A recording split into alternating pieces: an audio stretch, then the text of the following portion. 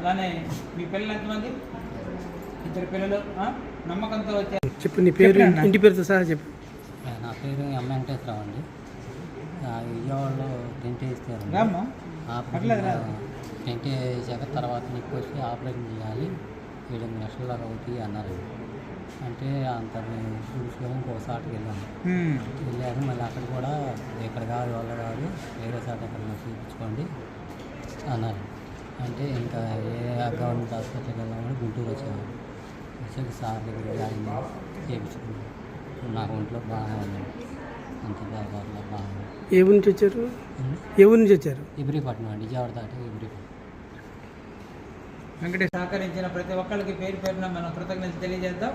ముందుగా తోటి అంది ఎం వెంకటేశ్వర అనే పేషెంట్ ఆల్రెడీ విజయవాడలో చూపించుకొని chronic pancreatitis with biliary stricture దీనికి స్టెంట్ వేయించుకున్నారు. స్టెంట్ వేయించుకున్నాక కూడా jaundice and recurrent attacks of cholangitis, ఆ స్టెంట్ బ్లాక్ వల్ల అప్పుడప్పుడు జ్వరం రావటము, కడుపులు నొప్పి రావటము, అట్లా రికరెంట్గా అటు తిరుగుతూ ఇంకా ఇది స్టెంట్తో కాదు దీనికి ఆపరేషన్ చేయాలని చెప్పేసి విజయవాడ ప్రైవేట్ హాస్పిటల్లో చెప్పారు. సో కొంచెం మనీ ఇష్యూస్ వల్ల తను గుంటూరు గవర్నమెంట్ హాస్పిటల్కి వచ్చి మా చేత సర్జరీ చేయించుకున్నారు. చేసిన సర్జరీ సైడ్ టు సైడ్ కొలిడోకో జజనాష్టమి చేశాను, 2 year కొలిడోకో జజనాష్టమి. ఇది ఒక రకమైన క్లిష్టమైన ఆపరేషన్. ఎక్కడన్నా పేగు లీక్ అయినా, బైల్ లీక్ అయినా కంటిన్యూస్గా అది పేషెంట్కి ప్రాణాపాయంగా కూడా మారవచ్చు.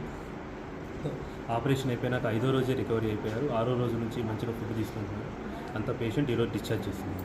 గురించి ఇబ్బంది లేకుండా ఆరోగ్యవంతులుగా చేసి సంపూర్ణ ఆరోగ్యవంతులుగా అట్మోస్ట్ కేర్ మోర్ టెక్నికల్గా అద్భుతమైన కేసు అయితే మనం చూస్తూ ఉన్నాం.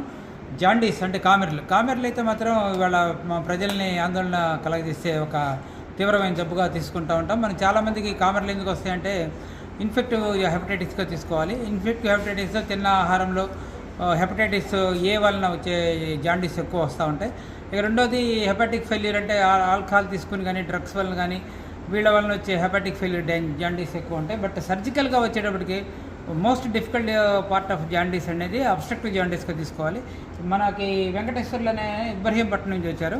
ఈయనకి అబ్స్ట్రక్టివ్ జాండీస్ రావడం జరిగింది. అబ్స్ట్రక్టివ్ జాండీస్ కారణం ఇక్కడ బినైన్ లీజన్. ఇందాక కేసులో ఒక మ్యాలిగ్నెంట్ లీజన్ కారణం అయితే ఇక్కడ ఒక బినైన్ స్ట్రక్చర్గా క్రానిక్ ప్యాంక్రియాటైటిస్. ఇతను కూడా సారా తాగుతూ ఉండేవాడ.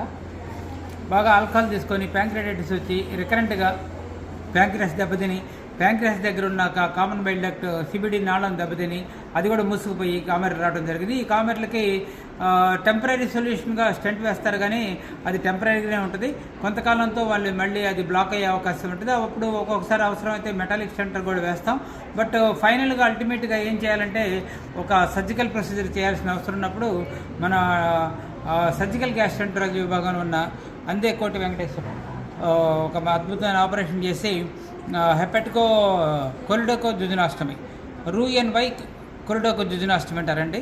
ఒక వై షేప్లో జుజునంని కట్ చేసి, చిన్న ప్రేగును కట్ చేసి ఒక లింబ్ ఆఫ్ వైని కామన్ బైల్ డక్ట్ నాళానికి ఎనాస్టమోస్ చేసి లివర్ నుంచి వచ్చే పసర్ని డైరెక్ట్గా చిన్న ప్రేగుల్లోకి వెళ్ళడానికి ఒక మార్గం ఏర్పరిచి ఇవాళ జాండీస్ నుంచి నివృత్తిగా పూర్తి